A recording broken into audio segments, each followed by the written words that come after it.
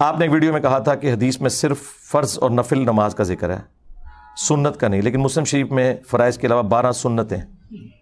جی وہ جو 12 سنتیں مسلم شریف میں لکھا ہے نا، وہ چیپٹر کی ہیڈنگ میں امام نووی نے وہ چیپٹر بند ہے، وہ حدیث کے الفاظ نہیں ہیں. حدیث وہ ہے جو عربی میں لکھی ہوئی ہے، تو وہ 12 نوافل لکھے ہوئے ہیں. ٹھیک ہے، وہ حدیث کی 2 حدیثیں ہیں. ایک میں یہ ہے کہ جس نے فرض کے علاوہ یہ 12 رکعتیں پڑھی اللہ تعالیٰ جنت میں محل دے گا. اور ایک حدیث یہ ہے کہ اما عائشہ سلام اللہ علیہا سے کسی نے پوچھا کہ نبی علیہ السلام فرض کے علاوہ نفلی نماز کون سی پڑھتے تھے، تو اما عائشہ نے پتہ کیا فرمایا؟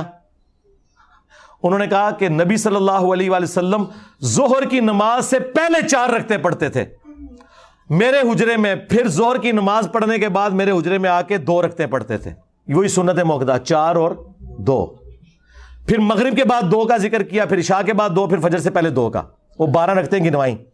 اب الفاظ پہ ذرا غور کریں، ظہر سے پہلے 4 اور ظہر کے بعد 2، اس کا مطلب ہے پہلے 4 اور بعد میں 2 ظہر کا حصہ نہیں ہے. یہ جو مولوی دھوکہ دیتے ہیں نا کہ ظہر کے اندر یہ شامل ہے، تو اما یہ کیوں کہہ رہی ہیں کہ ظہر سے پہلے 4 ہونا چاہیے تھا ظہر کے ساتھ 4. ہائے میں صدقے، دیکھا میرا دماغ کتے گیا ہے، ظہر سے پہلے.